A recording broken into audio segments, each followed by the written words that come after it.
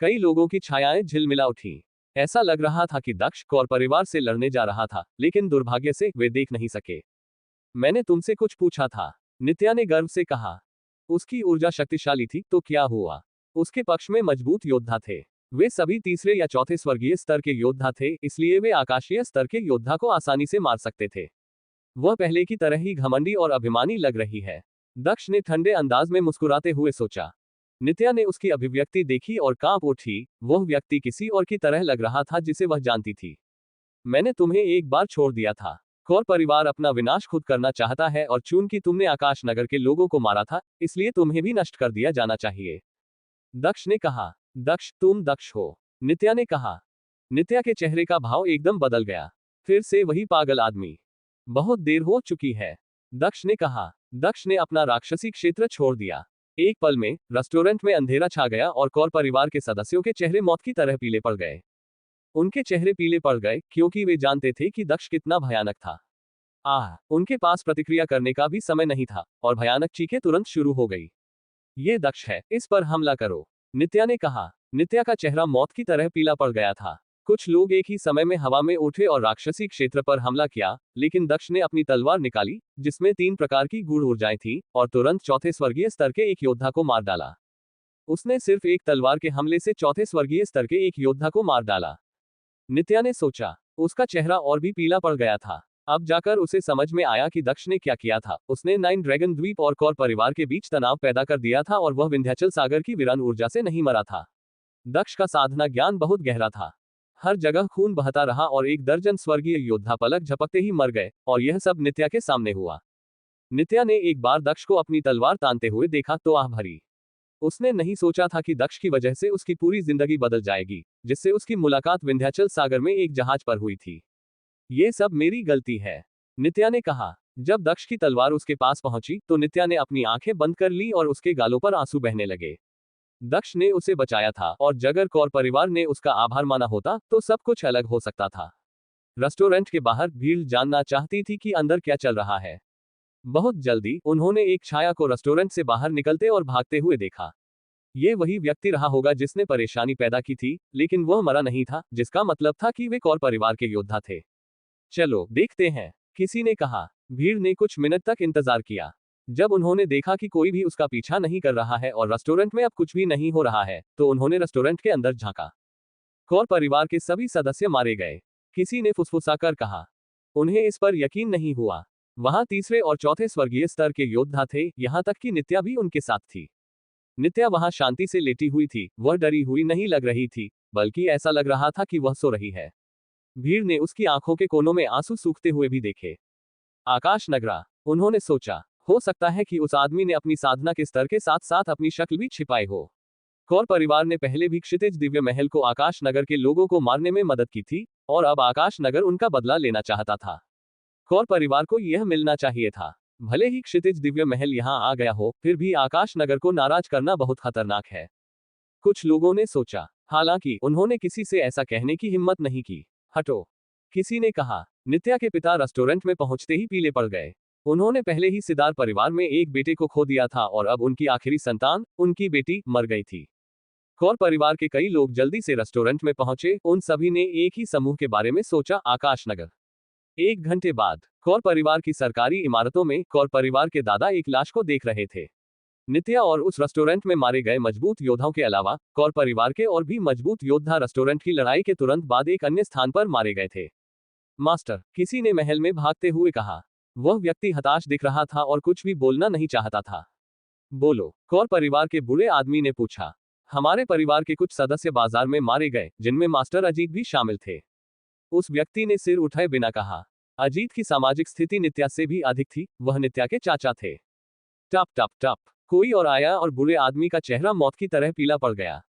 बोलो, बूढ़े आदमी ने उस व्यक्ति के आने से पहले ही कहा। मास्टर, 5वें यंग मास्टर, उस व्यक्ति ने कहा। बूढ़े आदमी की कुर्सी फट गई। वह गुस्से में था। जल्दी करो, सबको वापस आने को कहो, कोई भी बाहर नहीं रह सकता, बूढ़े आदमी ने कहा। कौर परिवार विजांग सिटी का सबसे शक्तिशाली समूह था। वे शहर में कई व्यवसाय चलाते थे, खुला बाजार, खजाने की दुकानें इत्यादि। उन्हें फिलहाल अपनी गतिविधियां बंद करनी होंगी। फिर बूढ़ा आदमी कमरे के पीछे वाले दरवाजे पर गया और कमरे में दाखिल हुआ, जहां कुछ लोग बैठे हुए थे। क्या तुमने नहीं कहा था कि तुम उनकी हर हरकत पर नजर रख रहे थे? बूढ़े आदमी ने बैठे हुए लोगों में से एक से कहा। उस व्यक्ति ने अपना सिर उठाया और बूढ़े व्यक्ति की ओर देखा। उसने कहा, क्या आप मुझे दोष दे रहे हैं? मैं हिम्मत नहीं करूंगा, बूढ़े व्यक्ति ने कहा। बूढ़ा आदमी गुस्से में था, लेकिन उसने उन लोगों को नाराज करने की हिम्मत नहीं की। उस व्यक्ति ने बूढ़े आदमी को घूरकर देखा, जिससे वो असहज महसूस कर रहा था। उसे नहीं पता था कि बूढ़ा आदमी क्या सोच रहा था। आखिरकार उसने दूसरी तरफ देखा और कहा, धैर्य रखो, वे पहले से ही विजांग सिटी के बाहर है। 3 लोग पहले ही विजांग सिटी में आ चुके हैं, इसलिए वे ज्यादा कुछ नहीं कर सकते। हो सकता है कि उनकी सेनाएं कल परिवार में आ जाएं। उस समय हम उन सभी को नष्ट कर देंगे। जब उसने नष्ट शब्द कहा तो वो क्रूर लग रहा था। मुझे राहत महसूस हो रही है। मैं जानता हूं कि तुम बहुत शक्तिशाली हो, इसलिए हमें उनका सफाया करना होगा। बूढ़े आदमी ने कहा। कौर परिवार के बाहर एक विशाल क्षेत्र था जहां बहुत कम लोग आते जाते थे।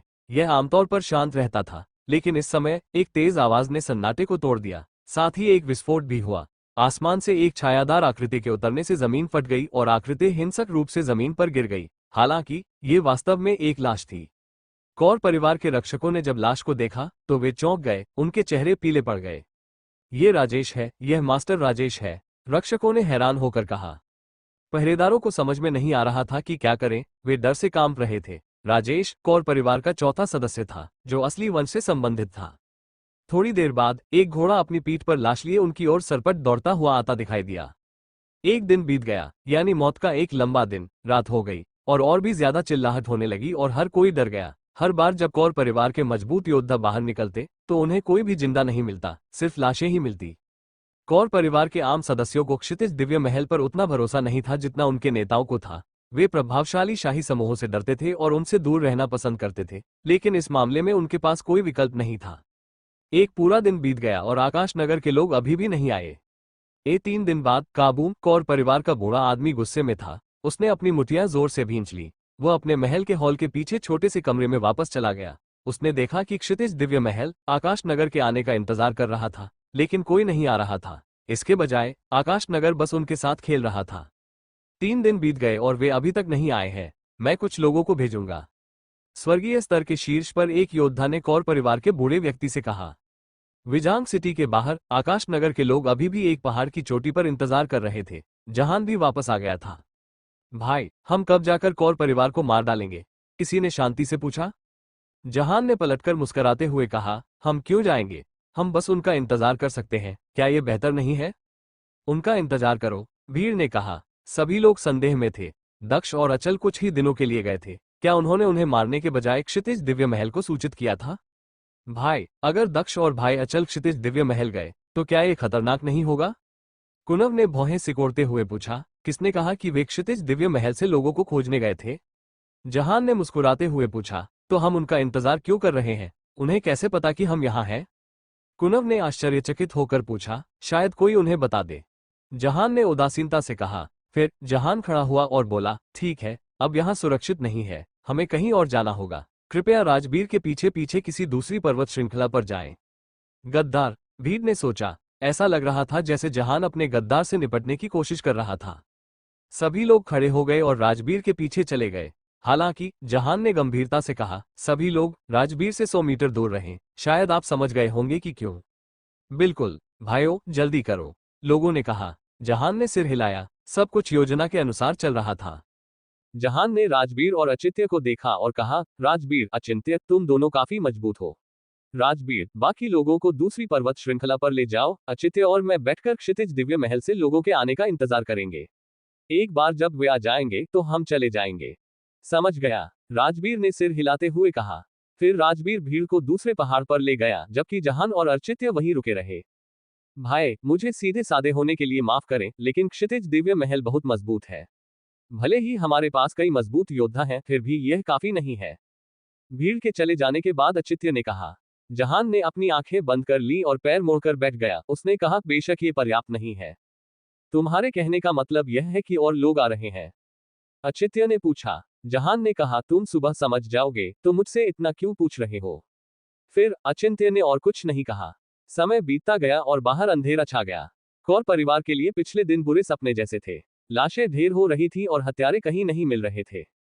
यदि वे इस बात के प्रति आश्वस्त नहीं होते कि यह आकाश नगर था, तो उन्हें एबीस ऑफ सोरो से आए हत्यारों पर संदेह होता। भाई, आज रात के बाद दुष्स्वप्न खत्म हो जाएगा। क्या आपको लगता है कि क्षितिज दिव्य महल आकाश नगर को नष्ट कर सकता है? मुख्य हॉल में किसी ने पूछा। दो लोग चाय पी रहे थे और बातें कर रहे थे। मैं चिंतित हूँ, उस व्यक्ति ने चाय की चुस्की लेते हुए और भौहें सिकोड़ते हुए कहा। किस बात की चिंता है? दूसरे व्यक्ति ने कहा। क्षितिज दिव्य महल के लोग कल विजांग सिटी से आकाश नगर का सफाया करने जा रहे हैं। क्या हमें भी कुछ लोगों को नहीं भेजना चाहिए? जब समय सही होगा तो यहाँ कुछ भी नहीं बचेगा। और अगर आकाश नगर के मजबूत योद्धा अराजकता के दौरान यहाँ आते हैं तो ये हमारे लिए खतरनाक होगा। पहले व्यक्ति ने कहा। अगर क्षितिज दिव्य महल आकाश नगर से हार गया तो कौर परिवार को और भी ज्यादा खतरा होगा। चूंकि हमने ये निर्णय लिया है, इसलिए अब हम पीछे नहीं हट सकते। हम तभी हार मान सकते हैं जब क्षितिज दिव्य महल हार जाए। हालांकि आपकी चिंताएं निराधार नहीं हैं, चलो दादाजी को ढूंढते हैं, दूसरे व्यक्ति ने कहा। पहले व्यक्ति ने सिर हिलाया और वे चले गए। हालांकि दरवाजा पार करने के बाद अंधेरे में एक तलवार दिखाई दी। ये बर्फ की तरह ठंडी थी और लोगों की आत्माओं को भेद सकती थी। उन्होंने अचानक चलना बंद कर दिया। खून के छींटे पड़े और तेज हवा चली, लेकिन उन्हें एक काली छाया के अलावा कुछ भी दिखाई नहीं दिया। थोड़ी देर बाद कुछ लोग वहां से गुजरे और उन्होंने उन्हें वहां खड़े देखा। उनके नीचे खून बह रहा था। मास्टर, लोगों ने चिल्लाते हुए कहा। कई लोगों ने कौर परिवार के नेता की ओर देखा, लेकिन वह बिना कुछ कहे ही मुड़ गया और चला गया। वह रात बहुत लंबी लग रही थी। कोई भी सोया नहीं था और न ही साधना कर रहा था। सभी को चिंता थी कि अगर वे सतर्क नहीं रहे तो वे मर जाएंगे। आखिरकार सूरज उगने लगा, जिससे उनकी चिंता दूर हो गई। आखिरकार उस दिन के बाद दुष्स्वप्न खत्म हो जाएगा। क्षितिज दिव्य महल आकाश नगर को नष्ट कर देगा और वे पश्चिमी विंध्याचल की ओर बढ़ेंगे। कौर परिवार में अन्य परिवारों की तरह एक युद्ध मंच था जहां वे अपने शिष्यों को युद्ध के लिए भेजते थे। उनके युद्ध मंच पर क्षितिज दिव्य महल के कई शक्तिशाली योद्धा प्रतीक्षा कर रहे थे। कौर परिवार और कुछ अन्य परिवारों से भी कई शक्तिशाली योद्धा थे। कुल मिलाकर लोगों के 3 समूह थे। आप अपने लोगों में से केवल आधे लोगों को ही भेज रहे हैं। क्षितिज दिव्य महल से स्वर्गीय स्तर के शीर्ष पर एक योद्धा ने पूछा। हमें क्षेत्र की रक्षा के लिए कुछ लोगों को यहाँ छोड़ना होगा। आपने देखा है कि हमारे कितने लोगों की हत्या की गई है। अगर यहाँ कोई नहीं है और आकाश नगर आता है तो वे बिना किसी प्रतिरोध के हमारे क्षेत्र को नष्ट कर देंगे। कौर परिवार के बूढ़े व्यक्ति ने कहा। इसके अलावा आपकी ताकत और गुप्ता परिवार और अन्य लोगों के साथ हमें आकाश नगर का सफाया करने में कोई समस्या नहीं होगी। बूढ़े व्यक्ति ने कहा। इसके अलावा आपकी ताकत और गुप्ता परिवार और अन्य लोगों के साथ हमें आकाश नगर का सफाया करने में कोई समस्या नहीं होगी। बूढ़े व्यक्ति ने कहा। स्वर्गीय स्तर के शीर्ष के योद्धा ने सिर हिलाया और कहा, यह निराधार नहीं है, तो फिर चलो। फिर वे एक साथ हवा में ऊपर उठे और विजांग सिटी ने उन्हें उड़ते हुए देखा। क्या क्षितिज दिव्य महल आकाश नगर से लड़ने के लिए जा रहा था? क्षितिज दिव्य महल के लोगों और अन्य लोगों के चले जाने के बाद कौर परिवार के बूढ़े व्यक्ति को आखिरकार राहत मिली। आखिरकार वे आकाश नगर द्वारा इकट्ठी की गई मजबूत सेना से लड़ने जा रहे थे। कौर परिवार के सभी सदस्य मंच पर आ जाओ, कौर परिवार के बूढ़े व्यक्ति ने चिल्लाकर कहा। उनकी आवाज उनके इलाके में हर जगह फैल गई। एक झटके में पूरे परिवार के लोग मंच पर इकट्ठा हो गए। वे मंच छोड़ने से पहले क्षितिज दिव्य महल और अन्य लोगों के वापस आने का इंतजार करेंगे ताकि उनकी हत्या न हो सके। अधिक से अधिक लोग एकत्र हुए, लेकिन कौर परिवार के बाहर एक भयानक ऊर्जा आसमान पर मंडरा रही थी। बूमा, बूढ़ा आदमी तुरंत उदास हो गया। फिर कौर परिवार के सभी सदस्यों को भयानक ऊर्जा का एहसास हुआ, जो इतना शक्तिशाली था कि उनका दम घुटने लगा। स्वर्गीय स्तर के शिखर पर एक ताकता बूढ़े व्यक्ति ने कहा। कौर परिवार के बूढ़े आदमी का चेहरा मौत की तरह पीला पड़ गया। हालांकि वह भी स्वर्गीय स्तर के शीर्ष पर एक पौधा था, लेकिन वह आकाश नगर से स्वर्गीय स्तर के शीर्ष योद्धाओं के साथ प्रतिस्पर्धा नहीं कर सकता था।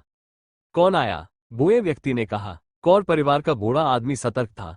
उसने परिवार में कुछ मजबूत योद्धाओं को छोड़ दिया था, लेकिन आकाश नगर ने उन पर जासूसी करने के लिए स्वर्गीय स्तर के शीर्ष पर एक योद्धा को भेजा था। इस समय भीड़ ने अपना सिर उठाया और आकाश में एक तलवार दिखाई दी। इसने अकेले ही कौर परिवार के पूरे क्षेत्र को रोशन कर दिया। तलवार ऊर्जा तेजी से युद्ध के मंच की ओर बढ़ रही थी, अपने रास्ते में आने वाली हर चीज को नष्ट कर रही थी, लोग और इमारतें। एक तरफ हटो, कौर परिवार के बूढ़े आदमी ने चिल्लाते हुए कहा। उसका चेहरा मौत की तरह पीला पड़ गया था। वो हवा में उठ गया और हमले को चकमा दे दिया। जैसे ही तलवार ने युद्ध मंच को 2 भागों में काट दिया, वे भी एक तरफ हट गए। जो लोग बहुत करीब थे वे तुरंत मारे गए, बिना किसी निशान के। कितनी भयानक तलवार है, सबने सोचा। आकाश नगर ने आक्रमण जारी रखा। दूर से एक व्यक्ति हवा में उभरा। उसका चेहरा तीखा दिख रहा था और उसका वस्त्र हवा में लहरा रहा था। कौर परिवार बर्बाद हो गया है, भीड़ ने कहा। जिन्होंने उस छायाचित्र को पहचाना उन्हें इसका एहसास हुआ। कौर परिवार ने एक निर्णय ले लिया था और अब उन्हें उस पर पछतावा होने वाला था। कौर परिवार के नेता भी उस छाया को देखकर हंस पड़े। उन्हें पता था कि वे बर्बाद हो चुके हैं। विश्वनाथ, आज कौर परिवार के लिए दुखद दिन है। कौर परिवार ने कोई गलती नहीं की। मैंने, प्रबोध ने कोई गलती नहीं की। हम गलत नहीं थे, मैं गलत नहीं था। बूढ़े आदमी ने कहा। वो डरा हुआ नहीं था। वह जानता था कि उसके परिवार का विनाश से बचना असंभव था। विश्वनाथ अब स्वर्गीय स्तर के शीर्ष पर एक योद्धा था। कोई भी उसे रोक नहीं सकता था। कुछ साल पहले विश्वनाथ पहले से ही स्वर्गीय स्तर के शीर्ष पर योद्धाओं को मार सकता था और तब वो पहले से ही वो होने से बहुत दूर था जो वो अब है। साधना की दुनिया में सही और गलत जैसी कोई अवधारणा नहीं है, विश्वनाथ ने शांति से कहा, जिससे कौर परिवार के नेता मुस्कुरा उठे। वास्तव में साधना की दुनिया में केवल मजबूत और अधिक शक्तिशाली ही थे। लोगों ने आह भरी। वे जानते थे कि कौर परिवार और आकाश नगर के बीच तनाव था। कई लोगों का मानना था कि ये दक्ष की गलती थी। विजांग सिटी में दक्ष और अचल आकाश में थे, एक जहाज पर सवार होकर जो शून्य क्षेत्र ऊर्जा का उपयोग करती थी। कौर परिवार के सदस्य उस पर्वत श्रृंखला में चले गए जहां जहान और अचिंत्य थे। एक बार जब कौर परिवार और विजांग सिटी के सदस्य कौर परिवार के क्षेत्र से चले गए तो दक्ष और अचल भी वापस उड़ गए। उनके दूसरे साथी शिष्य विश्वनाथ अकेले ही बाकी का ख्याल रख सकते थे। तुम वापस आ गए, जहान ने कहा। जहान ने अपनी आंखें खोली और दक्ष और अचल को देखा। भाया, दक्ष ने जहान और अचित्य की तरफ सिर हिलाते हुए कहा। जहान ने दक्ष से कहा, तुम्हें बाकी लोगों के साथ मिल जाना चाहिए। समझ गया, दक्ष और अचल ने सिर हिलाते हुए कहा। वे दोनों हवा में उठे और दूसरे पहाड़ की ओर चल दिए। जहान और अचिंत्य अभी भी अकेले थे। भाई, क्या लड़ाई शुरू हो गई है? अचित्य ने जहान से पूछा। क्षितिज दिव्य महल और कौर परिवार के सदस्य जल्द ही यहां पहुंचने वाले हैं, जहान ने कहा और फिर से अपनी आंखें बंद कर ली जैसे कि इन सबका उससे कोई लेना देना नहीं था। भाई, चूंकि वे आ रहे हैं तो क्या हमें अपने साथी शिष्यों के साथ नहीं रहना चाहिए और क्षितिज दिव्य महल से लड़ने के लिए तैयार नहीं होना चाहिए? अचिंत्य ने भौहें सिकोड़ते हुए कहा। अभी नहीं, जब सही समय आएगा तब, जहान ने शांति से कहा। जहान की बात सुनकर अचिंत्य खड़ा हो गया और दूर की ओर देखने लगा। उसे कुछ भी दिखाई नहीं दे रहा था और वह भौंचक्का रह गया। भाई, बाकी लोग कहाँ हैं? अचिंत्य ने कहा। जहान ने फिर से अपनी आंखें खोली और पीछे मुड़ा। उसने अचिंत्य को देखा, जिससे उसे अजीब महसूस हुआ। अचिंत्य, तुम क्यों बोलते रहते हो? जहान ने कहा।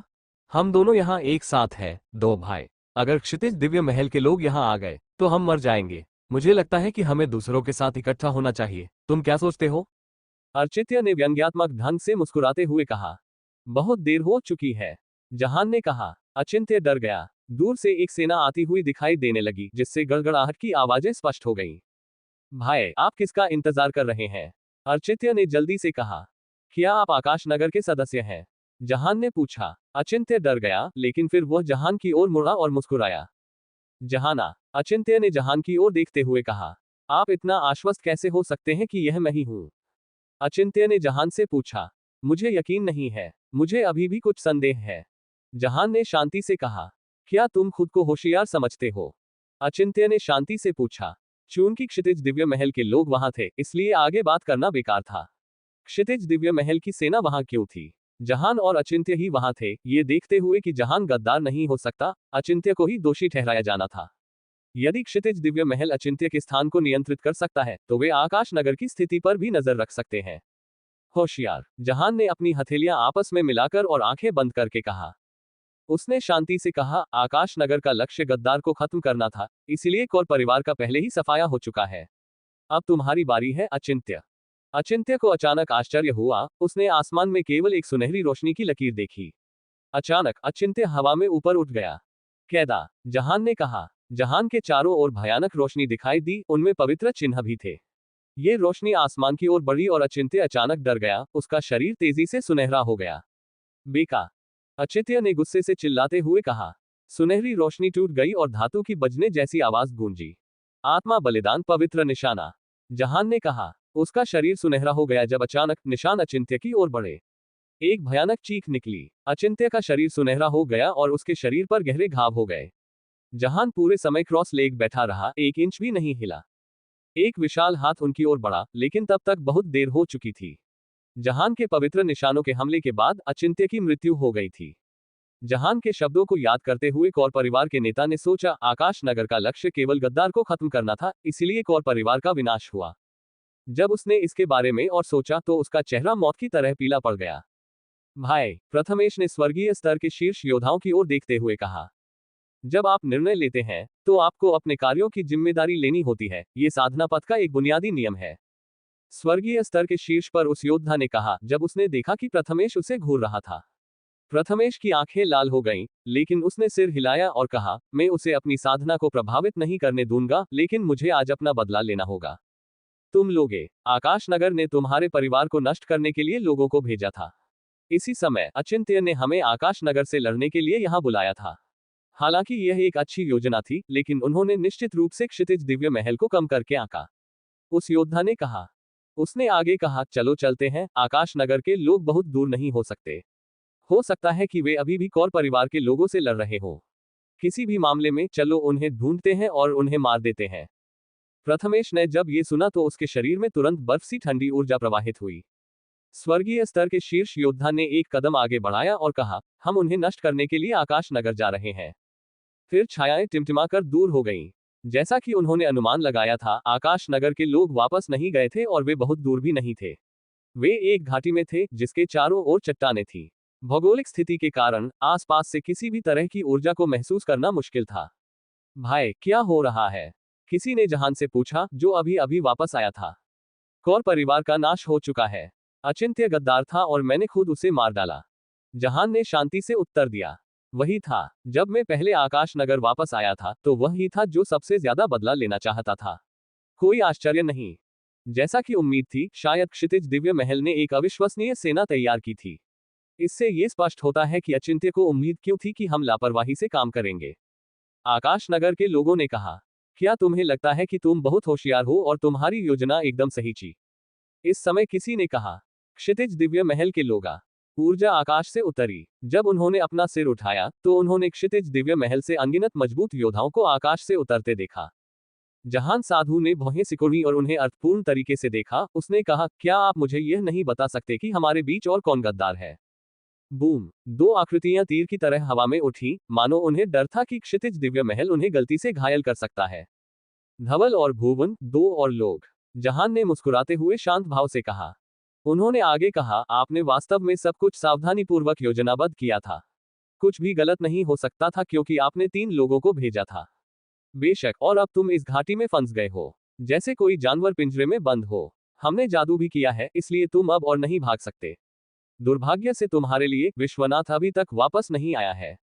क्षितिज दिव्य महल के मजबूत योद्धा ने कहा। कौन जानता है? जहान ने शांति से कहा। इसके तुरंत बाद एक तलवार ऊर्जा ने पिंजरे को छेद दिया और तुरंत उसे नष्ट कर दिया। विश्वनाथ, क्षितिज दिव्य महल के मजबूत योद्धा ने कहा। क्षितिज दिव्य महल के लोगों ने सिर उठाया और भौहें सिकोड़ी। फिर इसी समय आकाश नगर के सभी सदस्य एक विशाल जहाज में कूद गए। अगर तुम घाटी में नहीं आते तो हम तुम्हें कैसे नष्ट करते? एक ठंडी आवाज ने कहा। इसके तुरंत बाद चमकदार रोशनी दिखाई दी और आकाश नगर का जहाज गायब हो गया। फिर यह उनके ऊपर आसमान में फिर से दिखाई दिया। क्षितिज दिव्य महल के लोगों को अचानक समझ आ गया कि क्या हो रहा है। उनकी योजना वैसी नहीं चली जैसी उन्होंने उम्मीद की थी। उन्होंने योजना बनाई थी कि वहां सिर्फ अचिंत्य ही नहीं बल्कि दूसरे जासूस भी होंगे। विश्वनाथ, क्षितिज दिव्य महल के मजबूत योद्धाओं ने कहा।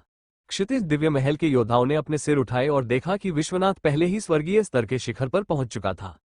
नष्ट, हास्यास्पद। भले ही आपको खुद को बचाने का कोई तरीका मिल जाए, लेकिन इसका मतलब यह नहीं है कि आप हमें नष्ट कर सकते हैं। क्षितिज दिव्य महल से स्वर्गीय स्तर के शीर्ष पर एक योद्धा ने कहा। वो आत्मविश्वास से भरा हुआ लग रहा था, क्योंकि फिर उसने अपने चारों ओर पाश्विक ऊर्जा जारी की। जाओ, किसी ने कहा। क्षितिज दिव्य महल के शक्तिशाली योद्धाओं ने विश्वनाथ को देखा और उसकी ओर ओर चले। विश्वनाथ पहले से ही पुनर्जन्म की गूढ़ ऊर्जाएं छोड़ रहा था। घाटी रोशनी से भर गई थी। पुनर्जन्म ऊर्जा एक भयानक और रहस्यमय शक्ति है। हमें क्या करना चाहिए? क्षितिज दिव्य महल के योद्धाओं ने सोचा। पहाड़ को नष्ट करो और इसके माध्यम से दूसरी तरफ चले जाओ। नेता ने चिल्लाते हुए कहा। ब्रेक, ब्रेक, मजबूत योद्धाओं ने चिल्लाते हुए कहा। उन्होंने पर्वत श्रृंखला पर उग्रता से हमला किया। हालांकि पर्वत श्रृंखला चमकने लगी। यह कोई पर्वत श्रृंखला नहीं थी, बल्कि एक विशाल मंत्र था, जिसके पवित्र चिन्ह हर जगह दिखाई दे रहे थे।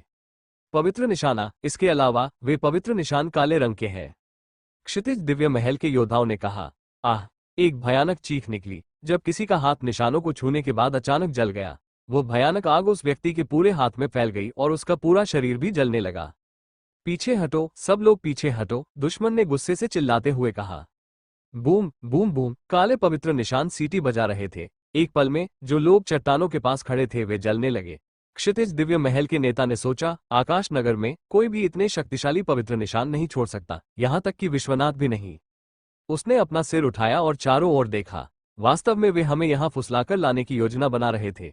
बेशक उन भयानक पवित्र चिन्हों के बिना हम आसानी से जीत जाते, लेकिन अब उन पवित्र चिन्हों के कारण हालात बहुत खराब दिख रहे हैं। उनके नेता ने आह भरते हुए सोचा। ड्रैगन रक्त बलि वेदी। अभितोष ने गहरी और धीमी आवाज में कहा। उसने खून के रंग की बलि वेदी निकाली। रक्त बलिदान। अभितोष ने कहा। क्षितिज दिव्य महल के शक्तिशाली योद्धाओं ने अपनी उंगलियां काट ली और उनका रक्त वेदी की ओर चला गया, जिससे वेदी सक्रिय हो गई। वेदी का आकार बढ़ गया और अंदर एक ड्रैगन प्रकट हुआ, जिसकी आंखें रक्त से भरी हुई थी। क्षितिज दिव्य महल ने अपना ड्रैगन वेदी हटा लिया है। निशांत ने कहा। दहाड़। ड्रैगन दहाड़ा। निशांत ने अपनी आंखें सिकोड़ ली। बज्जा। निशांत को चारों ओर से रोशनी ने घेर लिया और फिर वह गायब हो गया। निशांत वेदी में फिर से प्रकट हुआ। वो खूनी ड्रैगन से लड़ रहा था। मयंक, अब तुम्हारी बारी है। अभितोष ने ठंडी मुस्कान के साथ कहा। ठीक है, मयंक ने कहा। वह गायब हो गया और दक्ष ने महसूस किया कि उसके ऊपर कुछ जबरदस्त ऊर्जाएं प्रकट हुई हैं। सावधान रहो, विश्वनाथ ने गुस्से से चिल्लाते हुए कहा। विश्वनाथ आसमान में तेजी से आगे बढ़ा और दक्ष को बहुत दूर ले गया। मयंक के पंजों ने उस जगह को चीर दिया जहां वह खड़ा था, और उस जगह पर काले धागे छोड़ दिए। ये शून्य क्षेत्र की गूढ़ ऊर्जा है, वह अंतरिक्ष के वास्तविक टुकड़े काट सकता है। विश्वनाथ ने कहा। यह एक शीर्ष स्वर्गीय स्तर के योद्धा की शक्ति थी। अधीर मत हो विश्वनाथ, जल्द ही तुम्हारी बारी आएगी। मयंक ने विश्वनाथ की ओर देखते हुए कहा। सम्राट, हमें क्या करना चाहिए? दक्ष ने टेलीपैथी का उपयोग करते हुए अकीरा से पूछा। वह शून्य क्षेत्र की गूढ़ ऊर्जाओं को भयावह स्तर तक नियंत्रित कर सकता है, इसका कोई समाधान नहीं है।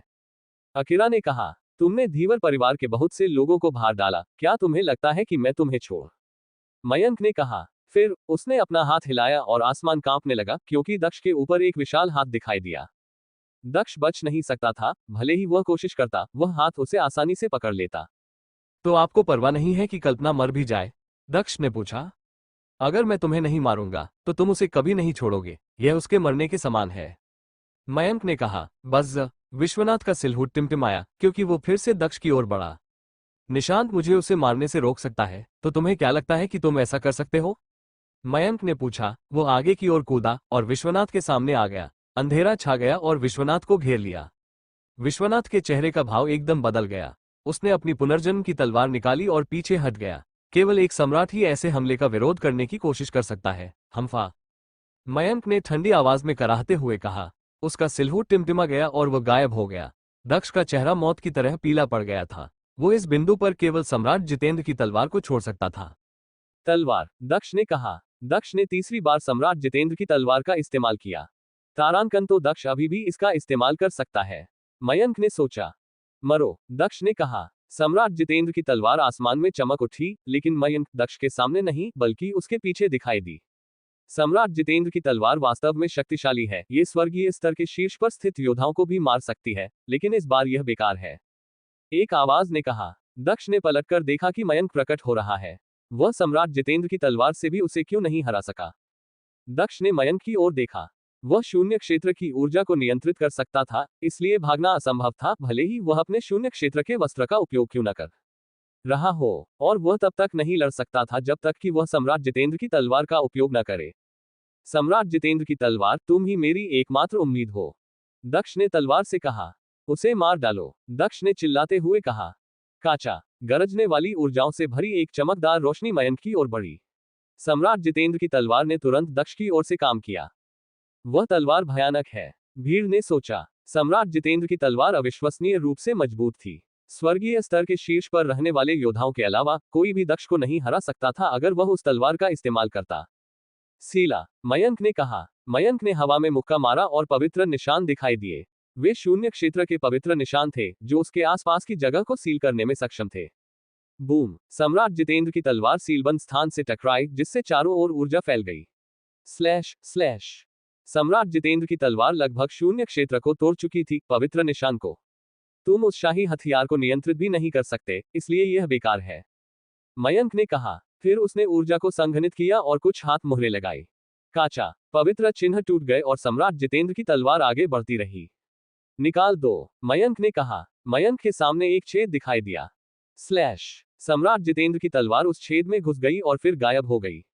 निकाल दो, दक्ष ने दोहराया। क्या सम्राट जितेंद्र की तलवार किसी दूसरी जगह फंस गई थी? स्लैश, विनाशकारी ऊर्जाएं प्रकट हुई, जिससे मयंक आश्चर्यचकित हो गया। ये शून्य क्षेत्र में कूद गया और गायब हो गया। एक तलवार फिर से प्रकट हुई, ये सम्राट जितेंद्र की तलवार थी। यह बाहर आ गया। दक्ष ने प्रसन्न होकर सोचा, यदि स्वर्गीय स्तर के शीर्ष पर एक योद्धा शून्य क्षेत्र की ऊर्जा को नियंत्रित कर सकता है, तो सम्राट जितेंद्र की तलवार भी ऐसी चीजों को समझ सकती है। सम्राट जितेंद्र की तलवार फिर से चलने लगी और अपने रास्ते में आने वाली हर चीज को काटने लगी। बिना किसी गुरु की तलवार इतनी अहंकारी हरकतें करने की हिम्मत कैसे कर सकती है? मयंक ने चिल्लाते हुए कहा। उसने अपनी शून्य क्षेत्र की चपलता तकनीक का इस्तेमाल किया और 1000 मीटर दूर दिखाई दिया। हालांकि सम्राट जितेंद्र की तलवार ने उसका पीछा किया। शून्य क्षेत्र की बेड़िया, मयंक ने चिल्लाते हुए कहा। उसके सामने एक शून्य क्षेत्र दिखाई दिया और सम्राट जितेंद्र की तलवार की ओर बढ़ा।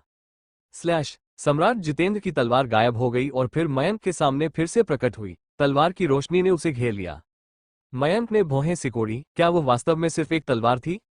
उसे ऐसा लग रहा था जैसे वो तलवार से नहीं बल्कि एक इंसान से लड़ रहा है। उस तलवार का अपना जीवन था। भले ही मैं तलवार को हरा न सकूं, फिर भी मैं दक्ष को मार सकता हूं। मयंक ने गुस्से से चिल्लाते हुए कहा। वो फिर से गायब हो गया और खुद को दक्ष पर फेंक दिया।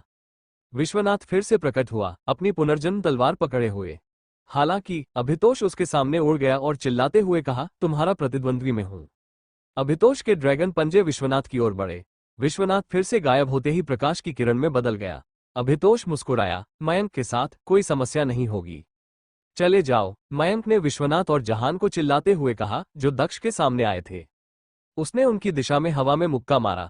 उस मुक्के में अनंत मात्रा में गूढ़ ऊर्जा थी जो विश्वनाथ और जहान पर लगी और उन्हें दूर धकेल दिया। श्लेषा, सम्राट जितेंद्र की तलवार फिर से प्रकट हुई। चलो चले, दक्ष ने कहा। दक्ष गायब हो गया और शून्य क्षेत्र के ऊपर फिर से प्रकट हुआ। जैसा कि उम्मीद थी, उसके चकमा देने के बाद मयंक भी गायब हो गया।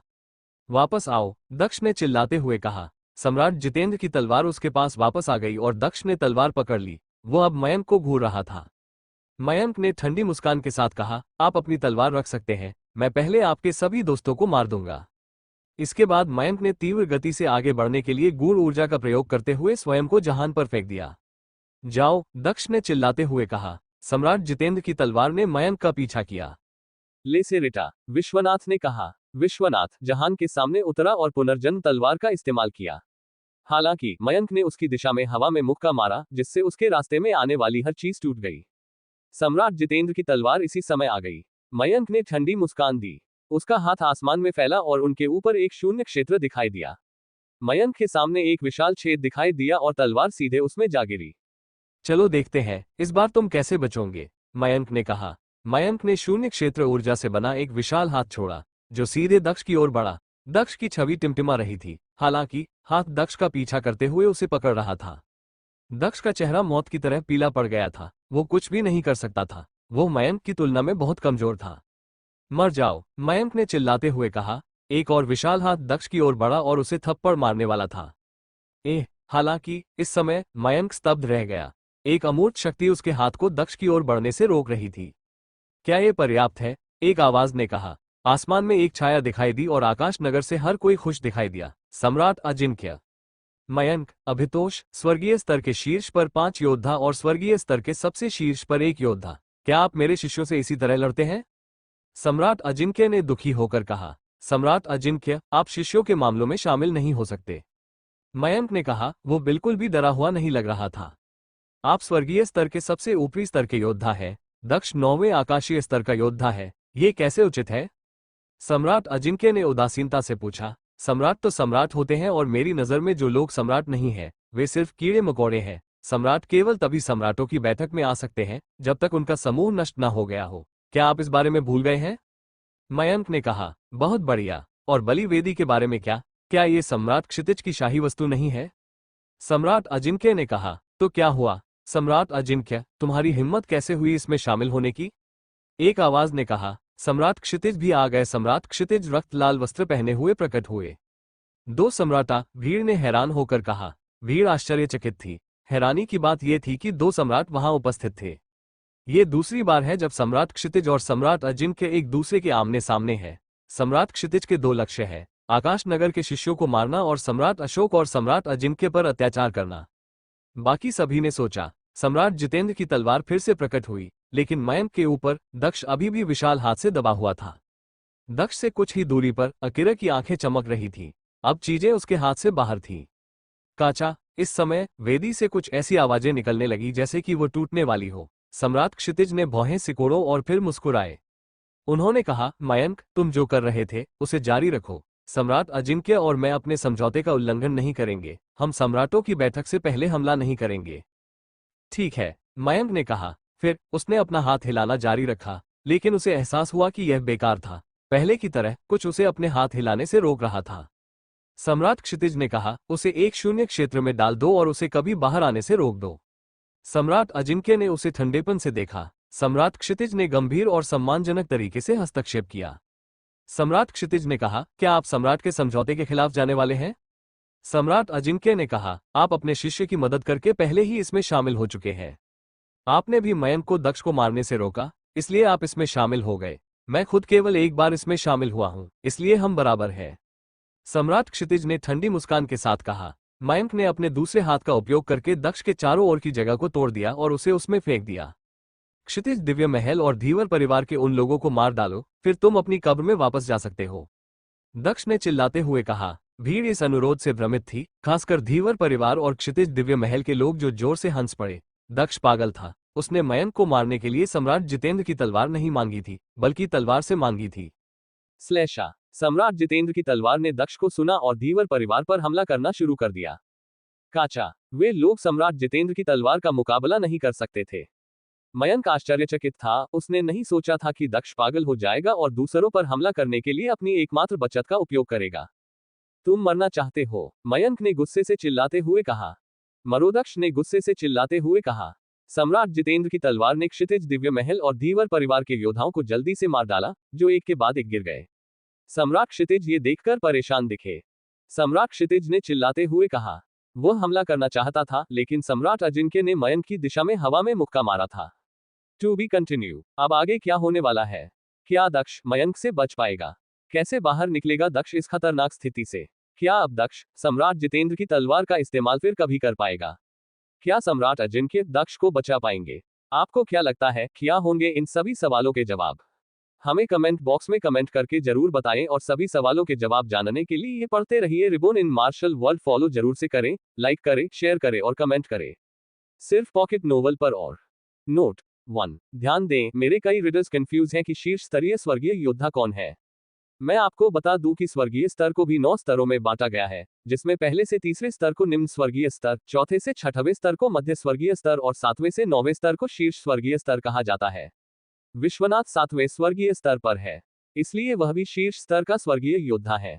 निशांत और मयंक 9वें स्वर्गीय स्तर पर हैं और वे भी शीर्ष स्तर स्वर्गीय योद्धा है। 2, ध्यान दें, मेरे एक रीडर ने पूछा था कि दक्ष का रक्षक अकिरा है तो फिर भिक्षु क्यों कहा जा रहा है। दरअसल अकिरा ही ताओवादी भिक्षु है। जब वह मानव रूप लेता है तब वह ताओवादी भिक्षु बन जाता है। सम्राट क्षितिज हमला करना चाहता था, लेकिन सम्राट अजिंक्य ने मयंक की दिशा में हवा में मुक्का मारा था। तुम क्या कर रहे हो? सम्राट क्षितिज ने गुस्से से चिल्लाते हुए कहा। उसने सम्राट अजिंक्य के हमले की दिशा में हवा में मुक्का मारा। वे टकरा गए और आसमान में एक विशाल छेद दिखाई दिया। सम्राट अजिंक्य ने कहा, आप इसमें शामिल हो सकते हैं, लेकिन मैं नहीं। गुरुजी, मुझे बचाए, एक आवाज ने चिल्लाते हुए कहा। सम्राट क्षितिज ने पलटकर देखा और एक हताश और निराश चेहरा देखा। काबुम, काचा, सम्राट जितेंद्र की तलवार ने उन्हें नीचे गिरा दिया। वह निराश चेहरा सम्राट क्षितिज के विचारों में बार बार आता रहा। मुझे पता है कि आप बहुत क्रोधित हैं, सम्राट क्षितिज, खासकर तब जब आपने अपने कई शिष्यों को दक्ष को मारने के लिए भेजा था। आप मुझे अपमानित करना चाहते थे और अंत में आपने खुद को अपमानित किया। सम्राट अजिंक्य ने कहा। सम्राट क्षितिज और भी अधिक क्रोधित हो रहे थे। उन्होंने नहीं सोचा था कि दक्ष मयंक से लड़ते हुए बाकी सभी को मारने के लिए सम्राट जितेंद्र की तलवार का उपयोग करना बंद कर देगा। हम्फा मयंक द्वारा दक्ष को मारने के बाद वह आपके सभी अन्य शिष्यों को मार देगा। मेरे कुछ ही शिष्य यहाँ हैं, जबकि आपके सबसे वीर शिष्य यहाँ हैं। सम्राट क्षितिज ने कहा। वह ये जताने की कोशिश कर रहा था कि वह फिर भी विजयी होगा। इधर शकाला छेद और भी भयानक होता जा रहा था। मयंक ने दक्ष को घूरते हुए कहा, मरो। तुमने धीवर परिवार को नाराज किया है, इसलिए मैं तुम्हें मार डालूंगा। काचा। इसी समय वेदी हिल गई। एक छाया प्रकट हुई और मयंक की ओर बढ़ी। रुको, निशांत ने चिल्लाते हुए कहा। लेकिन मयंक ने गुस्से से चिल्लाते हुए कहा, भगा दो। बूमा। एक विशाल हाथ ने दक्ष को शून्य क्षेत्र में धकेल दिया। जाओ, निशांत ने चिल्लाते हुए कहा। ऊर्जा के हजारों धागे दक्ष की रक्षा के लिए उसकी ओर बढ़े। तुम उसकी रक्षा नहीं कर सकते, मयंक ने चिल्लाते हुए कहा। दक्ष के चारों ओर भयानक शून्य क्षेत्र ऊर्जाएं प्रकट हुई और उसे शून्य क्षेत्र में खींच लिया। दक्ष शून्य क्षेत्र में गायब हो गया। मयंक, तुम मरना चाहते हो, निशांत ने चिल्लाते हुए कहा। फिर भयानक ऊर्जाएं मयंक की ओर बढ़ी। मयंक ने ठंडी आवाज में कराहते हुए छलांग लगा दी। वो गायब हो गया, लेकिन निशांत की ऊर्जा गायब नहीं हुई। बेका, मयंक ने चिल्लाते हुए कहा। स्लैश स्लैश मयंक की रक्षा करने वाला शून्य क्षेत्र अचानक गहरे घावों से भर गया। मयंक को यकीन नहीं हो रहा था। निशांत बेहद मजबूत था, जितना उसने सोचा था उससे कहीं ज्यादा मजबूत। काचा सम्राट जितेंद्र की तलवार मयंक की ओर बढ़ी, वो उसे मारना चाहती थी। बस बहुत हो गया, एक आवाज ने चिल्लाते हुए कहा। एक छाया प्रकट हुई और मयंक को खींचकर ले गई। सम्राट धीवरा, तारांकन सम्राट धीवर, आपने गलती की है, सम्राट अजिंक्य ने कहा। सम्राट धीवर ने कहा, धीवर परिवार के सभी सदस्य मेरे पास आ जाओ। फिर धीवर परिवार के सभी योद्धा सम्राट धीवर के पीछे चले गए। सम्राट अजिंक्य, दक्ष ने मेरे कई लोगों को मार डाला, इसलिए उसे मारना सामान्य बात है। आज हमने भी कई लोगों को खो दिया, ये पर्याप्त है। सम्राट धीवर ने कहा। सामान्य? आपने दक्ष को मारने के लिए स्वर्गीय स्तर के सबसे ऊपरी हिस्से से योद्धाओं को भेजा और अब जब दक्ष आपके लोगों को मार रहा है तो आप उनकी रक्षा करने आए हैं। आप कितने हास्यास्पद हो सकते हैं। ऐसा लगता है कि आप भूल गए हैं कि धीवर परिवार एक शाही परिवार है। सम्राट अजिंक्य ने कहा। तो क्या हुआ? आकाश नगर ने एक महान युद्ध शुरू किया, सम्राट धीवर ने कहा। उसने आगे कहा, इसके अलावा सम्राटों के बारे में बात करने वाले आप कौन होते हैं? एक भयानक ऊर्जा ने तुरंत सम्राट जितेंद्र की तलवार को घेर लिया। सम्राट धीवर ने बात करना बंद कर दिया और सम्राट जितेंद्र की तलवार की ओर देखते हुए कहा, चूंकि सम्राट जितेंद्र की तलवार ने मेरे लोगों को मार डाला है, इसलिए मैं इसे ले लूंगा। तो ये तुम्हारा लक्ष्य था? सम्राट अजिंक्य ने कहा। वे दक्ष को मारना चाहते थे और सम्राट जितेंद्र की तलवार चुराना चाहते थे। सम्राट जितेंद्र की तलवार समझ गई कि सम्राट धीवर का क्या मतलब था। सम्राट धीवर की ओर गरजती हुई ऊर्जाएं निकली। बेवकूफ जानवर, सम्राट धीवर ने कहा। एक पल में वे गरजती हुई ऊर्जाएं नष्ट हो गई और समय रुक गया। इसके तुरंत बाद सम्राट जितेंद्र की तलवार से सीटी जैसी आवाजें निकलने लगी। सम्राट जितेंद्र की तलवार ने अपने आसपास की जगह को तोड़ दिया था। हैरानी की बात यह है कि सम्राट जितेंद्र की तलवार भी बच निकलने में सफल रही। खोलो, सम्राट धीवर ने कहा। सम्राट धीवर ने अपना हाथ हिलाया। जिस जगह में सम्राट जितेंद्र की तलवार छिपी थी वो तुरंत खुल गई और उसने खुद को उसमें फेंक दिया। जैसे ही सम्राट धीवर ने खुद को उस स्थान में फेंका, सम्राट जितेंद्र की तलवार दूसरी तरफ प्रकट हुई और एक अन्य स्थान के पीछे छिप गई। कितनी चतुर तलवार है, ये वास्तव में जीवित है, सम्राट अजिंक्य ने सोचा। यह अविश्वसनीय दूरियों को पार करने के लिए कई स्थानिक छलांगों का उपयोग कर रही थी। इसे बेहतर ढंग से समझाने के लिए उत्तरी विंध्याचल और केंद्रीय विंध्याचल के बीच बहुत अधिक दूरी थी, लेकिन यदि तलवार को भौगोलिक निर्देशांक मिल जाते तो वो तुरंत उन स्थानों के बीच आवागमन कर सकती थी। सम्राट धीवर जल्दी से फिर से बाहर आया। एक तलवार उसके साथ खेल रही थी, इसलिए जाहिर है कि वो क्रोधित था। दुष्ट प्राणी, मैं खुद जियान के पास जाऊंगा और इसे ले लूंगा, सम्राट धीवर ने कहा। उसने अपना हाथ हिलाया और दमनकारी ऊर्जाओं ने कई पहाड़ों को उड़ा दिया। इसके बाद सम्राट धीवर ने सम्राट अजिंक्य की ओर देखा। एक व्यक्ति गायब हो गया था, दक्ष। सम्राट धीवर ने ठंडे स्वर में मुस्कुराते हुए कहा, आकाश नगर ने केवल एक व्यक्ति को खोया है, आप बहुत भाग्यशाली हैं। आपकी चिंता के लिए धन्यवाद, सम्राट अजिंक्य ने उदासीनता से कहा। सम्राट धीवर ने अपना हाथ हिलाया और ऊर्जा ने धीवर परिवार के सभी सदस्यों को घेर लिया। चलो चलें, सम्राट धीवर ने कहा। सम्राट धीवर ने धीवर परिवार के बचे हुए सदस्यों को ले लिया और चले गए। हालांकि उन्होंने कुछ योद्धाओं को खो दिया था, लेकिन कम से कम दक्ष तो मर गया था। सम्राट क्षितिज वहां से नहीं गए, वे सम्राट अजिंक्य को घूर रहे थे। और कुछ? सम्राट अजिंक्य ने उदासीनता से पूछा। कुछ नहीं, मैं आकाश नगर के जाने का इंतजार कर रहा हूं, सम्राट क्षितिज ने मुस्कुराते हुए कहा। सम्राट क्षितिज बहुत विनम्र है, सम्राट अजिंक्य ने व्यंग्यात्मक लहजे में कहा। सम्राट क्षितिज वास्तव में ये देखने के लिए इंतजार कर रहे थे कि क्या सम्राट अजिंक्य दक्ष को बचाने के लिए शून्य क्षेत्र में जाएंगे। आखिरकार अगर उन्हें दक्ष के भौगोलिक निर्देशांक मिल गए और उन्होंने उससे बचा लिया तो दक्ष की मौत नहीं होगी। मैंने हमेशा सम्राट अजिंक्य की प्रशंसा की है, सम्राट क्षितिज ने मजाकिया अंदाज में मुस्कुराते हुए कहा। हालांकि सम्राट क्षितिज वास्तव में इस बात से काफी परेशान थे कि उन्होंने अपने कितने लोगों को खो दिया। सम्राट जितेंद्र की तलवार भाग गई थी और सम्राट धीवर अब जियांग जाना चाहता था। दक्ष मर चुका था, इसलिए कम से कम वह अब उनके लिए कोई खतरा पैदा नहीं कर सकता था। थोड़े समय बाद सम्राट अजिंक्य ने कहा, आकाश नगर को आज जो कुछ भी हुआ वह सब याद रहेगा। फिर सम्राट अजिंक्य उड़ गए। अभितोष, तुम्हें साधना का और अधिक अभ्यास करने की आवश्यकता है। तुमने देखा कि मयंक कितना शक्तिशाली है। वह स्वर्गीय स्तर के सबसे ऊपर का योद्धा है, जिसका स्वर्गीय स्तर या उससे नीचे कोई शत्रु नहीं है। और निशांत मयंक से भी अधिक शक्तिशाली है। सम्राट क्षितिज ने अभितोष से कहा। मैं समझ गया, गुरुजी। अभितोष ने विनम्रता से झुकते हुए कहा। वह जानता था कि वह पर्याप्त रूप से मजबूत नहीं था। विश्वनाथ से लड़ना भी उसके लिए मुश्किल था। ठीक है, सम्राट क्षितिज ने सिर हिलाते हुए कहा। उसने और कुछ नहीं कहा, लेकिन वहां से चला भी नहीं गया। वह बहुत सतर्क था। 1 घंटे के बाद वह क्षितिज दिव्य महल से मजबूत योद्धाओं के साथ चला गया। दक्ष उस शून्य क्षेत्र में बहुत लंबे समय से था। वह संभवतः जीवित नहीं हो सकता था।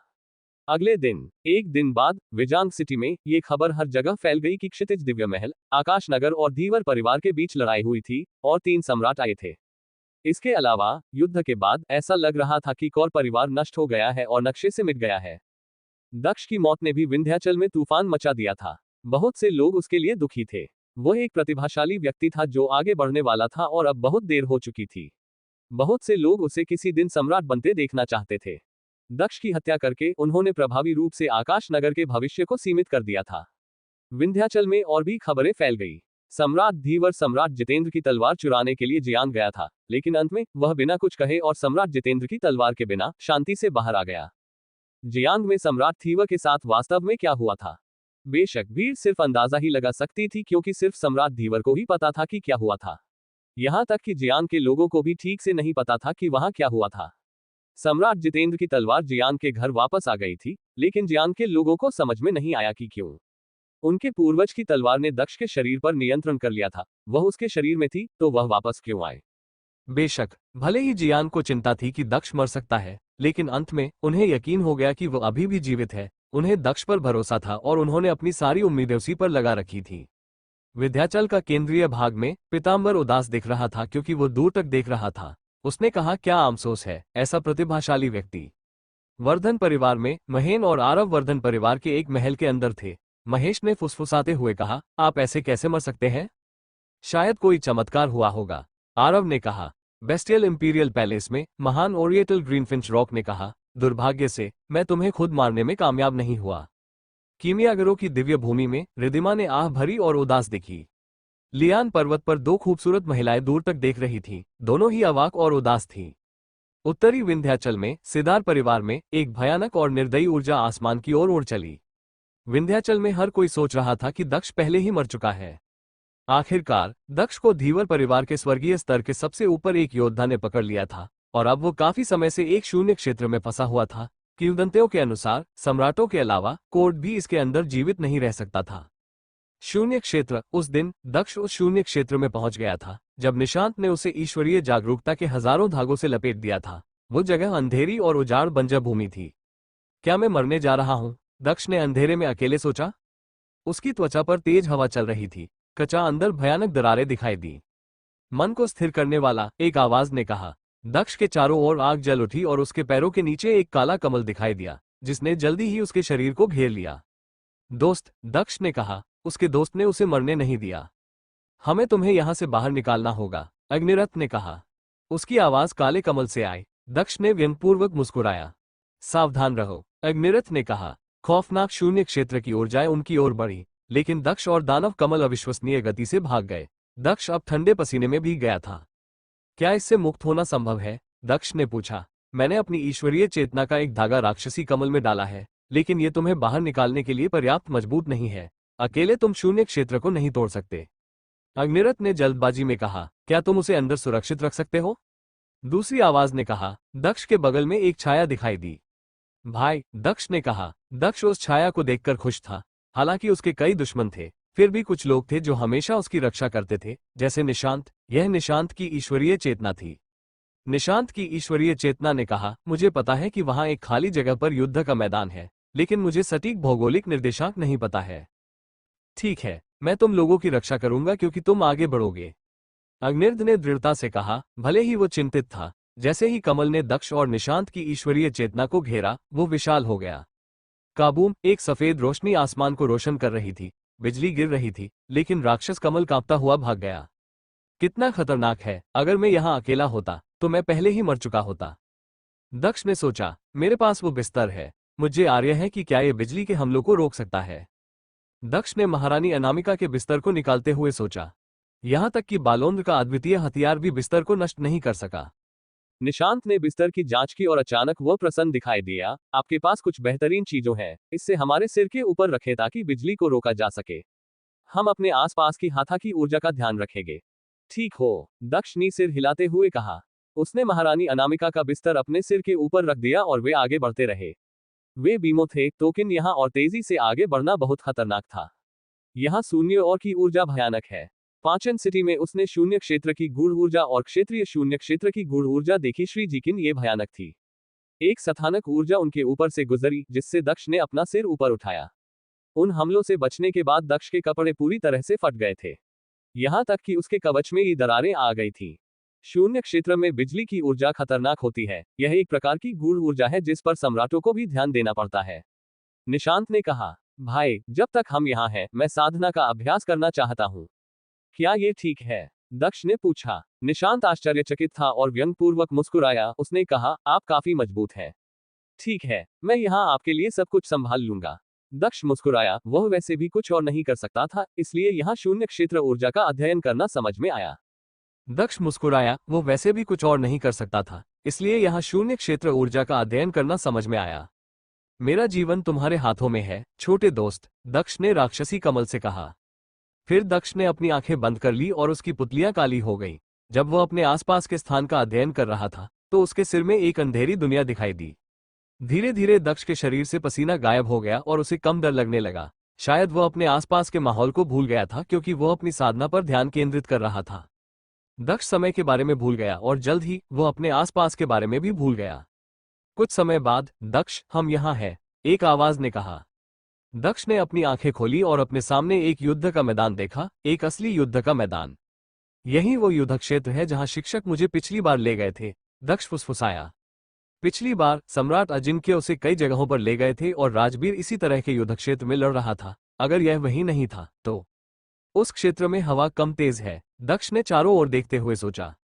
भाई, हम कहाँ हैं? दक्ष ने पूछा। वो उत्सुक था कि आखिर ऐसा युद्ध क्षेत्र क्यों अस्तित्व में था। विंध्याचल से असिमंत तक एक सड़क है, लेकिन अगर आप वहां जाने के लिए भौगोलिक निर्देशांक का उपयोग करते हैं, तो आप एक बहुत ही भयानक जगह पर पहुंच जाते हैं। आपके सामने जो जगह दिख रही है, वो जगह है जो विंध्याचल और असिमंत को जोड़ती है। यह एक तरह का पुल है। विंध्याचल और असिमंत के कई शक्तिशाली योद्धा यहाँ युद्ध करते हैं। निशांत ने समझाया। चूंकि यह वो स्थान है जो असिमंत और विंध्याचल को जोड़ता है, तो मैंने कभी असिमंत से किसी के विंध्याचल आने के बारे में क्यों नहीं सुना? दक्ष ने पूछा। दक्ष, अगर तुम असिमंत के पास जाओ, तो क्या तुम उन्हें बताओगे कि तुम विंध्याचल से हो? तुमने विंध्याचल में कुछ प्रतिभाशाली लोगों को देखा होगा जो वास्तव में असिमंत से थे। वे शायद अनुभव प्राप्त करने के लिए यहाँ आए थे, और यही बात असिमंत पर भी लागू होती है। शायद विंध्याचल से कुछ लोग साधना और युद्ध का अभ्यास करने के लिए असिमंत जाते। निशांत ने मुस्कुराते हुए समझाया। हम भाग्यशाली हैं, निशांत ने आह भरते हुए कहा। भाग्यशाली हैं कि हवा ने हमें नहीं मारा, दक्ष ने हल्की मुस्कान के साथ कहा। दक्ष, तुम यहाँ सुरक्षित नहीं हो। यहाँ आने वाले लोग आमतौर पर चौथे स्वर्गीय स्तर को तोड़कर आते हैं। यहाँ आने वाले स्वर्गीय स्तर के सबसे निचले हिस्से के योद्धाओं में भी आमतौर पर चौथे या पांचवें स्वर्गीय स्तर की ताकत होती है। इसके अलावा युद्ध के मैदान में आपकी सामाजिक स्थिति महत्वपूर्ण नहीं है। यहाँ आने वाले लोग मौत से लड़ने के लिए तैयार है। वे दृढ़ निश्चयी हैं और उनमें अदम्य इच्छा शक्ति है। मैं यहाँ तुम्हारी रक्षा नहीं कर सकता, निशांत ने कहा। चलो चले, दक्ष ने कहा। राक्षसी कमल आगे बढ़ता रहा। दक्ष, अपना ख्याल रखना, निशांत ने दक्ष को अंतिम इशारा देते हुए कहा। ठीक है, दक्ष ने निशांत की ओर सिर हिलाते हुए कहा। फिर निशांत का सिलहूट गायब हो गया। दानव कमल दक्ष को युद्ध के मैदान में ले आया और प्रकाश के धागे में बदल गया, जो फिर दक्ष के शरीर में घुस गया और गायब हो गया। बज्जा, दक्ष के युद्ध के मैदान में कदम रखते ही तेज हवा चलने लगी। उसके सामने एक युवक था। उसके बाल बिखरे हुए थे और उसकी ऊर्जाएं तेज थीं। हालांकि वह केवल तीसरे स्वर्गीय स्तर तक ही पहुंचा था, लेकिन उसके पास पांचवें स्वर्गीय स्तर की ताकत थी। तुम कहां से आए हो? उस योद्धा ने दक्ष को घूरते हुए और शून्य क्षेत्र की ओर इशारा करते हुए पूछा। हैरानी की बात यह थी कि दक्ष शून्य क्षेत्र से बाहर आया था। वो दानव कमल कहाँ है? युवक ने पूछा। उसकी ऊर्जा ब्लेड की तरह तेज थी, जिसने जल्दी से दक्ष को घेर लिया। इसका आपसे क्या लेना देना है? दक्ष ने व्यंग्यात्मक लहजे में जवाब दिया। दक्ष ने उस योद्धा की आक्रामक ऊर्जा को महसूस किया और भौहें सिकोड़ ली। तुम पहले आकाशीय स्तर के योद्धा हो जो मुझसे इस तरह बात करने की हिम्मत कर रहे हो, युवक ने कहा। वो आगे कूदा और दक्ष पर हवा और बारिश की ऊर्जा छोड़ी। उसकी ऊर्जा दमनकारी थी, इतनी कि वो साधारण स्वर्गीय योद्धाओं का दम घोट सकता था। आकाशीय स्तर के योद्धाओं की तो बात ही छोड़िए। हालांकि उसकी ऊर्जाओं ने दक्ष को नुकसान नहीं पहुंचाया। दक्ष ने उसे बस ठंडेपन से देखा और कुछ तलवार ऊर्जाएं छोड़ी। युवक आश्चर्यचकित था। ये पहली बार था जब वह एक आकाशीय स्तर के योद्धा से मिला था जो उस पर दबाव डालने में सक्षम ऊर्जाएं छोड़ सकता था। आश्चर्यजनक रूप से निम्न स्तर के स्वर्गीय योद्धाओं में ऐसे बहुत कम लोग हैं जो मुझे भड़का सके, दक्ष ने कहा। एक भयानक तलवार ऊर्जा ने उनके चारों ओर वातावरण पर आक्रमण किया और आसमान तक पहुंच गई। दक्ष को ज्यादा कुछ कहने की जरूरत नहीं थी, यहां सिर्फ ताकत ही मायने रखती थी। युवक को उम्मीद नहीं थी कि दक्ष उस पर हमला करेगा। उसने दक्ष पर एक हाथ से हमला किया जो ब्लेड की तरह तेज था। इसमें स्तर 5 शून्य क्षेत्र की गूढ़ ऊर्जाएं शामिल थीं। कचा तलवार की रोशनी और शून्य क्षेत्र ऊर्जाएं आपस में टकराईं और गायब होने से पहले सभी दिशाओं में ऊर्जाओं को धकेल दिया। उसने अपने तलवार के हमले में गूढ़ ऊर्जाओं को संघनित किया। योद्धा ने आश्चर्यचकित होकर सोचा। उसने कभी नहीं सोचा था कि 9वें आकाशीय स्तर का योद्धा इतना शक्तिशाली हो सकता है। उस ब्लेड में गूढ़ शक्तियां थीं, दक्ष ने हैरान होकर कहा। दक्ष आश्चर्यचकित था क्योंकि युवक के हमले उसके अपने हमलों के समान थे। एक प्रतिभाशाली व्यक्ति, युवक ने सोचा। ये लड़ने के लिए सुविधाजनक जगह नहीं है, हमें कहीं कम खतरनाक जगह ढूंढनी होगी, युवक ने कहा। उसका सिलहूट झिलमिलाया और वह चला गया। दक्ष के पीछे एक शून्य क्षेत्र था, इसलिए उसे उसके पास लड़ने का मन नहीं हुआ। वो युद्ध का मैदान बहुत बड़ा था। दक्ष सिर्फ किनारे पर था, लेकिन वो अंदर बहुत से लोगों को लड़ते हुए देख सकता था। अपनी तलवार निकालो, युवक ने गर्व से कहा। तो फिर अपना ब्लेड निकालो, दक्ष ने कहा। भले ही आप कई प्रकार की गूढ़ ऊर्जाओं को नियंत्रित करते हो, लेकिन आपको बहुत अहंकारी तरीके से काम नहीं करना चाहिए, क्योंकि आपकी साधना का स्तर बहुत कम है। जब मैं हमला करूंगा तो मैं दयालु नहीं रहूंगा, युवक ने कहा। तो फिर अपनी पूरी ताकत का इस्तेमाल करो, दक्ष ने कहा। तो मैं तुम्हें जल्दी ही खत्म कर दूंगा, युवक ने कहा। वो हवा के साथ एक हो गया और गायब हो गया। ये गूढ़ ऊर्जा है और यह भी 5वें स्तर की है, दक्ष ने सोचा। उस योद्धा ने 2 तरह की गूढ़ ऊर्जाओं को नियंत्रित किया और दोनों ही 5वें स्तर की थीं। वापस, दक्ष ने सोचा। वो जल्दी से पीछे हटा और एक ब्लेड को चकमा दिया। फिर उसने अपने शरीर को हवा की गूढ़ ऊर्जाओं में लपेट लिया। गूढ़ ऊर्जाएं तीखे ब्लेड में बदल गई, लेकिन युवक बिल्कुल भी चिंतित नहीं दिख रहा था। एक और हमला दक्ष की ओर बढ़ा। दक्ष ने तलवार का इरादा जारी किया। इस बार उसका हमला उसके प्रतिद्वंद्वी के हमले जैसा ही था। टक्कर इतनी भयानक नहीं लग रही थी। युवक रुका और ब्लेड को देखने लगा। फिर उसने अपना सिर उठाया। मैं इस ब्लेड से तुम्हारा सिर काट दूंगा, युवक ने कहा। ब्लेड ने हवा में ऊर्जा को संघनित कर दिया और सीटी जैसी आवाजें निकालनी शुरू कर दी। दक्ष ने इसकी जांच की। ये 2 प्रकार की स्तर 5 की गूढ़ ऊर्जाओं के साथ एक ब्लेड हमला था। बस गूढ़ ऊर्जाएं लहरों में लुढ़क गईं। दक्ष के हाथों में एक तलवार दिखाई दी जिसमें 4 प्रकार की गूढ़ ऊर्जाएं थीं। हवा, गड़गड़ाहट, शून्य क्षेत्र और वीरान ऊर्जा।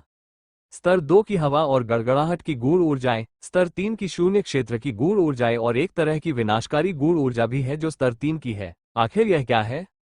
युवक ने तलवार को घूरते हुए सोचा। यहां तक कि स्वर्गीय योद्धाओं के लिए भी गूढ़ ऊर्जाओं का अध्ययन करना इतना आसान नहीं था। कुछ प्रतिभाशाली लोग कुछ प्रकार की गूढ़ ऊर्जाओं को समझते थे, लेकिन मात्रा और गुणवत्ता की अपनी सीमाएं थीं। वो युवक पहले से ही बहुत प्रतिभाशाली और मजबूत था। वह अपने साम्राज्य में प्रसिद्ध था। भले ही वो केवल 2 प्रकार की गूढ़ ऊर्जाओं को समझता था, लेकिन वह तीसरे स्वर्गीय स्तर तक पहुंच गया था और उसकी गूढ़ ऊर्जाएं दोनों ही 5वें स्तर की थीं। वह अपने ब्लेड हमलों में गूढ़ ऊर्जाओं को भी संघनित कर सकता था। भले ही वो केवल तीसरे स्वर्गीय स्तर तक ही पहुंचा था, लेकिन वह 5वें स्वर्गीय स्तर के साधारण योद्धाओं को हरा सकता था। बेशक ये केवल 5वें स्वर्गीय स्तर के साधारण योद्धाओं के विरुद्ध था। दरअसल दक्ष भी हैरान था। दक्ष सोच रहा था कि वह विंध्याचल से है या असिमंत से। दक्ष ने ब्लेड को देखा और अपने हाथों में भी तलवार की ऊर्जा जारी करने का फैसला किया। 5वें स्तर की 2 प्रकार की गूढ़ ऊर्जाएं, यहां तक कि 4 अलग अलग गूढ़ ऊर्जाओं के मेरे सम्मिलन के साथ भी यह अभी भी पर्याप्त नहीं है, दक्ष ने सोचा। बस दक्ष ने अपनी तलवार के चारों ओर कुछ आग जमा कर ली। हालांकि वो अभी तक हमले के साथ आग का फ्यूज बनाने में सक्षम नहीं था, फिर भी इसने कुछ जोड़ा। 5 प्रकार की गूढ़ ऊर्जाएं, युवक ने कहा। वो अग्नि गूढ़ ऊर्जा पहले से ही दूसरे स्तर पर थी। मरो, युवक ने कहा। अंत में युवक का ब्लेड फिर से दक्ष की ओर बढ़ा। दक्ष ने अपने प्रतिद्वंद्वी को देखा और हमला किया और अपना हमला भी जारी कर दिया। ब्लेड और तलवार दोनों अविश्वसनीय रूप से तेज थे और फिर वे टकरा गए। स्लैश स्लैश तलवार की रोशनी ब्लेड की ऊर्जाओं से पराजित हो गई। जैसा कि दक्ष ने सोचा था, यह अभी भी पर्याप्त नहीं था। शून्य क्षेत्र, दक्ष ने कहा। जैसे ही ब्लेड उसके बगल से गुजरा, दक्ष एक शून्य क्षेत्र में छिप गया और फिर ब्लेड के गुजरने के बाद फिर से प्रकट हुआ। उसकी पीठ ठंडे पसीने से लथपथ थी। हमेशा कोई न कोई ताकतवर होता ही था। बेशक दक्ष को पता था कि अगर वह दूसरे स्वर्गीय स्तर तक पहुंच जाता तो वो उसे आसानी से हरा सकता था। तुम बुरे प्रतिद्वंद्वी नहीं हो, तुम खुद पर गर्व कर सकते हो। मुझे तुम पर हमला करने का मन नहीं है, लेकिन वह राक्षसी कमल वास्तव में विशेष दिखता है। अगर तुम नहीं चाहते कि मैं तुम्हें मार डालूं, तो उसे मुझे दे दो। युवक ने दक्ष को तीखी नजर से घूरते हुए कहा। मुझे यकीन है कि हम फिर मिलेंगे। दक्ष ने उदासीनता से कहा। उसकी छवि चमक उठी और वह भागने लगा। तुम भागना चाहते हो, लेकिन क्या तुम भाग सकते हो? युवक ने कहा। उसने और अधिक ब्लेड ऊर्जाएं छोड़ी, जो हवा की गूढ़ ऊर्जाओं से भरी थी, और दक्ष का पीछा किया। बीज़ा, दक्ष गायब हो गया और दूसरी दिशा में 100 मीटर दूर फिर से प्रकट हुआ। शून्य क्षेत्र, पवित्र हथियार, युवक ने सोचा। उसने दक्ष का पीछा करना जारी रखा। भले ही वो बहुत तेज गति से आगे बढ़ रहा था, फिर भी वो आत्मविश्वास और सहज दिख रहा था। तुम कहाँ जा रहे हो? युवक ने चिल्लाते हुए कहा। युवक ने अपने शरीर को वायु ऊर्जा से घेर लिया और भी तेजी से आगे बढ़ गया। वह अब एक शून्य क्षेत्र की गूढ़ ऊर्जा चपलता तकनीक का उपयोग कर रहा था। वो दक्ष का पीछा करता रहा, लेकिन इसी समय आसमान में एक तलवार चमक उठी। युवक ने उस दिशा में देखा और दो चमकदार राक्षसी आंखें देखी। मर जाओ, दक्ष ने कहा। युवक को मौत का आभास हुआ, लेकिन वो जल्दी ही अपने होश में आ गया। फिर उसने एक चमकदार तलवार को अपनी ओर आते देखा। वो तलवार दक्ष द्वारा पहले इस्तेमाल किए गए सभी तलवार हमलों से भी अधिक भयानक थी। चले जाओ, युवक ने कहा। उसने फिर से ब्लेड से हमला किया। हालांकि इस बार ये पिछले हमलों की तुलना में केवल आधा शक्तिशाली था। काबूमा, चमकदार तलवार ने आश्चर्यजनक रूप से ब्लेड ऊर्जा को काट दिया और ब्लेड योद्धा की ओर बढ़ना जारी रखा। मुझे भागना होगा, युवक ने सोचा। हवा के साथ वो इतनी तेजी से आगे बढ़ा कि तलवार उस तक नहीं पहुंच सकी, लेकिन वो अभी भी ठंडे पसीने में भीगा हुआ था। इस समय दक्ष पहले से ही काफी दूर था। दक्ष ने उस पर कोई ध्यान नहीं दिया। वो युद्ध के मैदान में सिर्फ एक यादृच्छिक प्रतिद्वंद्वी था। मारना, मारा जाना, युद्ध करना, ये सब सामान्य बात थी। दक्ष ने अपने आगे की दूरी पर नजर डाली। भले ही ब्लेड योद्धा ने उसे नहीं मारा हो, फिर भी दूसरे लोग उसे मार सकते थे। दक्ष ने अपना चेहरा बदल लिया और काले जादूगर में बदल गया। दक्ष को एहसास हुआ कि वो युद्ध के मैदान में जितना आगे जाएगा, उतने ही ज्यादा योद्धा होंगे। उसके चारों तरफ लोग लड़ रहे थे। उन लोगों को जीवन का कोई सम्मान नहीं था, वे सिर्फ मौत और शक्ति का सम्मान करते थे। दक्ष के बगल से कई लोग गुजरे, लेकिन उन्होंने उस पर कोई ध्यान नहीं दिया। 9वें आकाशीय स्तर का योद्धा लड़ने लायक नहीं था। ऐसे योद्धा को मारना किसी भी तरह से उन्हें मजबूत बनाने में योगदान नहीं देगा।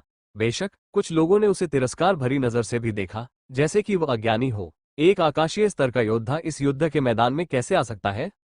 दक्ष को यह भी पता चला कि उसके अलावा उसने आकाशीय स्तर के किसी अन्य योद्धा को नहीं देखा था। वह वहां सबसे कमजोर योद्धा लग रहा था।